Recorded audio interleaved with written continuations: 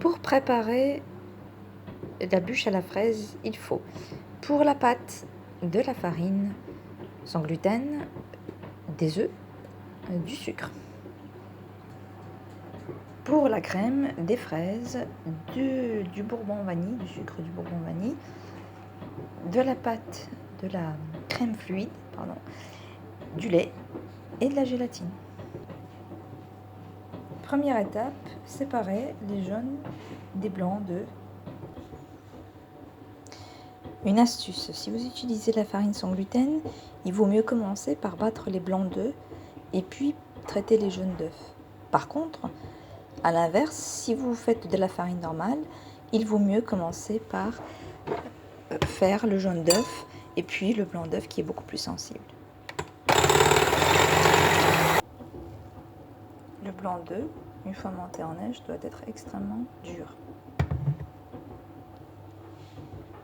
Battre les jaunes d'œufs avec le sucre jusqu'à ce que le mélange blanchisse, puis rajouter de la farine jusqu'à ce que le mélange soit légèrement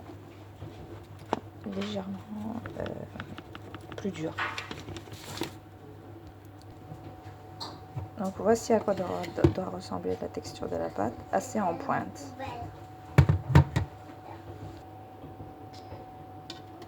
Mélangez l'ensemble, donc les blancs d'œufs montés et les jaunes d'œufs, très délicatement pour ne pas faire descendre les blancs d'œufs, jusqu'à obtenir un mélange complètement homogène.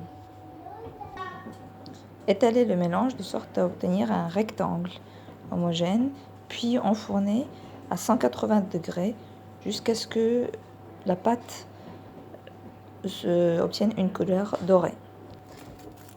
Trempez les feuilles de gélatine dans l'eau.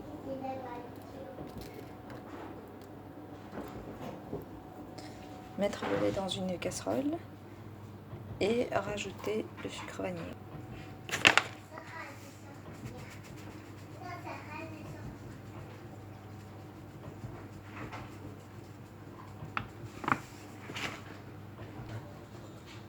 Mélangez le sucre et réchauffez à feu doux.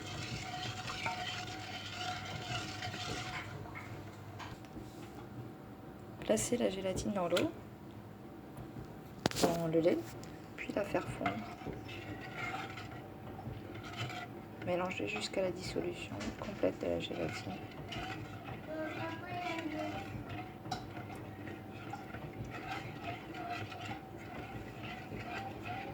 Une fois tout fondu, éteignez le feu et laissez refroidir légèrement. En attendant, il faut commencer à battre la chantilly.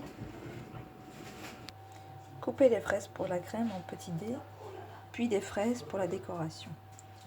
Il est temps de battre la crème chantilly. Ajoutez le lait vanillé et les fraises, puis réservez pendant quelques heures au réfrigérateur. Il est temps d'étaler la crème sur la pâte.